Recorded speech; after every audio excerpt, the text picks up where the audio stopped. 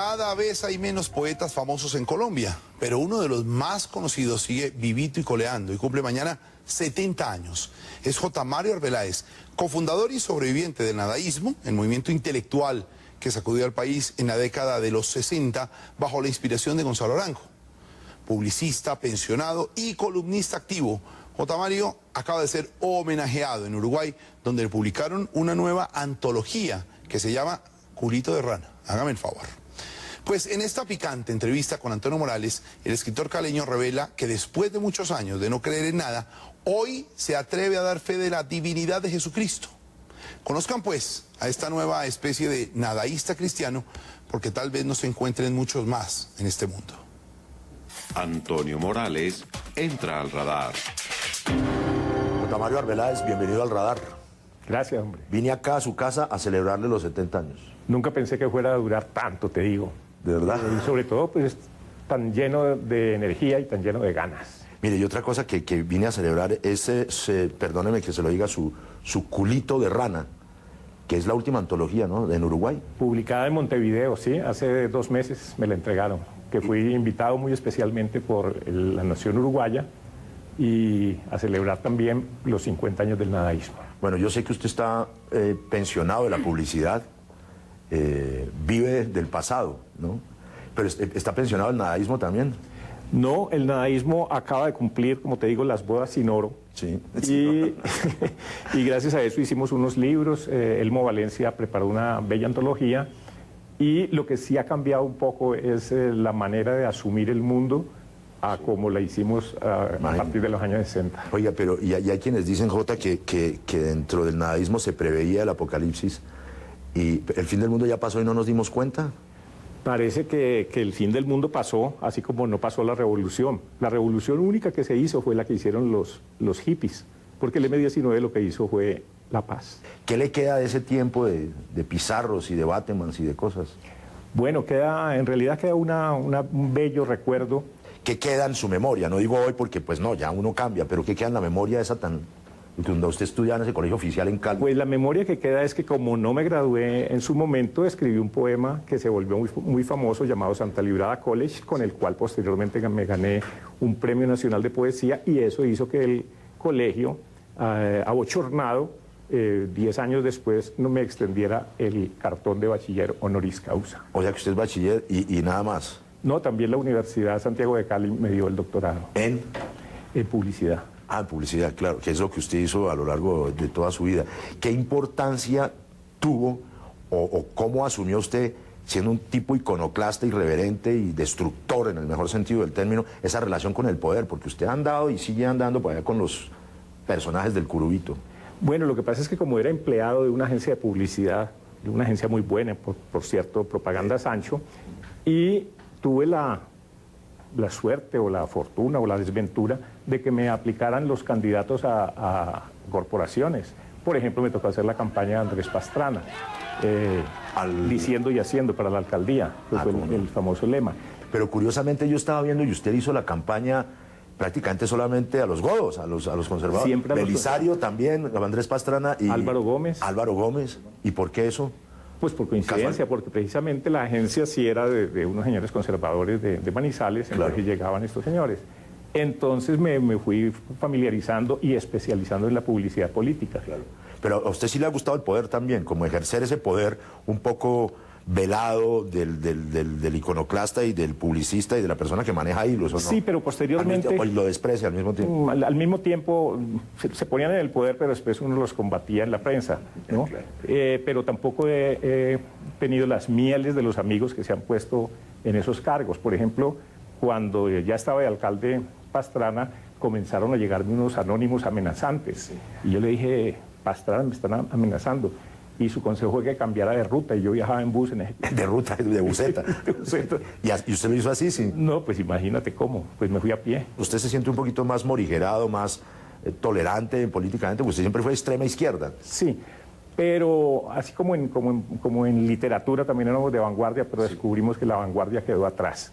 Y por otra parte he tenido unos contactos espirituales, ahora que vengo de la India, me he dado cuenta que el espíritu no es no es información sino conocimiento, y además he tenido comunicación con unos espíritus electos, santos de la Iglesia, a través del espiritismo, y en este momento estoy dispuesto a dar fe de la divinidad de Jesucristo.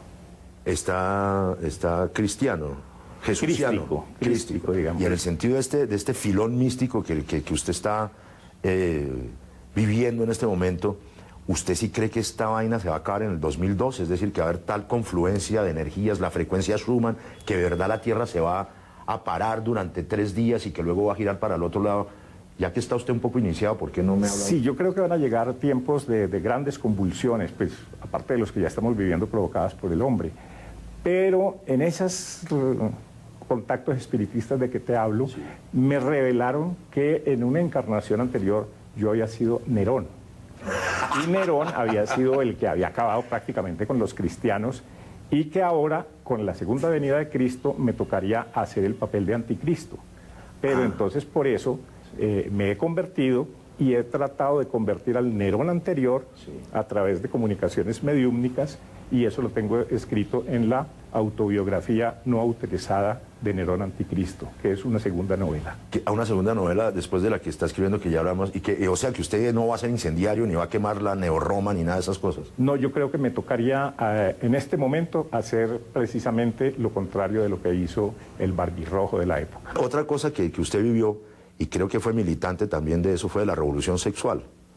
Es decir, el producto de la píldora que permitió a una generación el desenfreno erótico. Claro, eso fue uno de los ingredientes que aportaron a la creación del movimiento nadaísta, que eso sí ha sido el movimiento más espectacular que ha habido en Colombia, no solo literario, sino social también.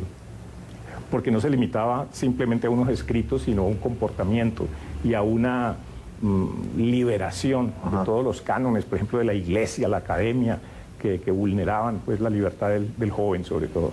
Y de alguna manera los nadaístas y su generación y las fuerzas que se desataron ahí permitieron la libertad sexual de hoy en Colombia, es decir, rompieron con la iglesia. ¿Cómo va su relación? Ahora que se volvió místico, ¿cómo va su relación con la iglesia? No tengo ningún contacto con la iglesia católica ni con ninguna iglesia. En realidad, incluso soy bastante crítico, sobre todo ahora con los casos de pedofilia, tan tenaces que vienen también a juntarse con los grandes depredadores y los asesinos en serie que vimos, como Garavito y como el monstruo de los Mangones, que fue otro personaje de Cali, que también lo meten en la novela, que fue un asesino en serie que se quedó sin captura. Y ahora que usted tiene 70 años y que se ha hecho cosas maravillosas en su fisonomía, ¿cómo siente esa mirada frente al espejo? Pues ahora puedo escribir un libro que se llame Fui calvo en mi juventud, por ejemplo. Son muy pocos los calvos que pueden contar que se miran al espejo y se descubren como debieron haber sido. De modo que esa es una jugarreta muy simpática que en realidad la hice porque una revista me lo propuso. Sí. Un cirujano me hizo un ensayo, pero fracasó. Entonces escribí diciendo que los calvos no tenían solución. Pero ese sentimiento de verse en el espejo y verse los años que tiene y saberse joven, porque pues usted es un militante de la juventud, perdida o no, ¿qué le da? ¿Le da pánico? No, me da alegría, sí, y me lo vacilo con toda la frescura del caso. Usted que manejó tantas campañas políticas, ¿cómo siente de una manera general, global, la política colombiana de hoy, esta transición que nos ha pasado? Cada vez que doy un concepto sobre política me equivoco. Me decía el otro día Socorro Ramírez aquí en el radar que no solamente el país estaba sorprendido de las políticas de Juan Manuel Santos, sino que el más sorprendido era él.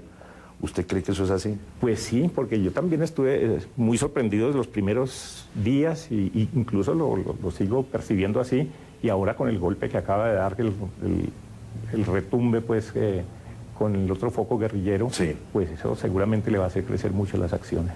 ¿Y usted se comprometería en el Radar J a repotenciar en la juventud una versión 2010 del nadaísmo?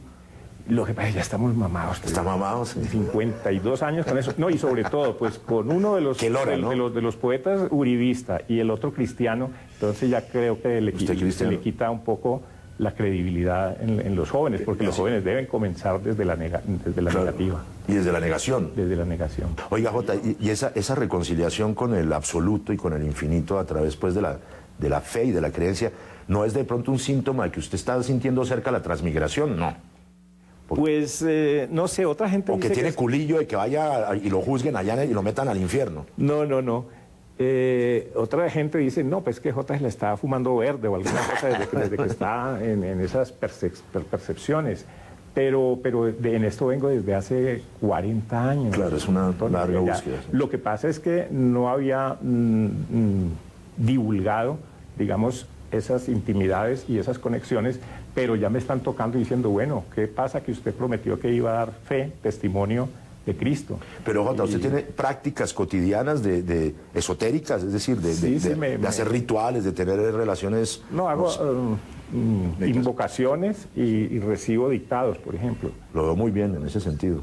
Y no, pues si estuviera Polino, pues quién sabe dónde andaría, pero estoy bien. ¿Usted qué recomendaría en ese sentido en el momento en que utilicemos un término marxista que usted también conoce, se agudizaran las contradicciones entre el hombre y la naturaleza y se armara un despelote dentro de 2 años, por ejemplo? ¿Usted qué recomendaría a la gente? ¿Que hiciera qué? Leyera, Sí, hay que seguir. leyera, porque es decir, para eso todos los escritores somos profetas, hermano. Entonces, la creación intelectual, la creación literaria es el mejor legado para la humanidad. Y a propósito de lecturas, y en este caso de lecturas futuras, ¿qué cosa es La Casa de las Agujas? La Casa de las Agujas es una novela que al fin me he decidido escribirla, dado que un editor, el editor de Planeta, me la ha solicitado. Es la historia de la sastrería en Cali, en los años 40. Su papá era sastre. Mi papá era sastre y el papá del editor también era sastre. De Leonel Giraldo, nuestro amigo, sí. Entonces hay esa feliz coincidencia. En Calarcá, ¿no, Leonel? ¿Cómo no? Ya. Y entonces, ¿y qué? ¿Es una historia? Es una... Es la historia de cómo mi padre, que era un sastre de Río Negro, Antioquia, llega a Cali y la familia de mi madre, que eran sastres también, llegan de Ambato también a Cali, ahí se fusionan, llega mi padre a trabajar allí, después de que trabaja antes con un patrón judío, le paga las cesantías con una gran gruesa de agujas alemanas que pone encima de un escaparate durante muchos años, hasta que al fin un día se requirió una agujita, se hizo un hueco al cartón, se sacó una y por allí comenzaron a salirse todas las agujas e invadieron la casa, aparecían en la papa, por O sea, ejemplo, la papa cocida. pero sigue usted volviendo a sus fuentes, porque eso es puro surrealismo. Pero es pura realidad también, fíjate, porque eso sucedió. Incluso llegaba yo borracho y me acostaba en la cama y ¡pum! Una aguja en el ojo. Y me tocó sacármela porque eso no, el ojo no se revienta. Bueno, J. Mario, mil gracias por haber estado en el radar y nos vemos en el paraíso. Bueno, y en la Casa de las Agujas. Hoy no les tenemos frases, pero sí un poema de Gonzalo Arango, el padre del nadaísmo.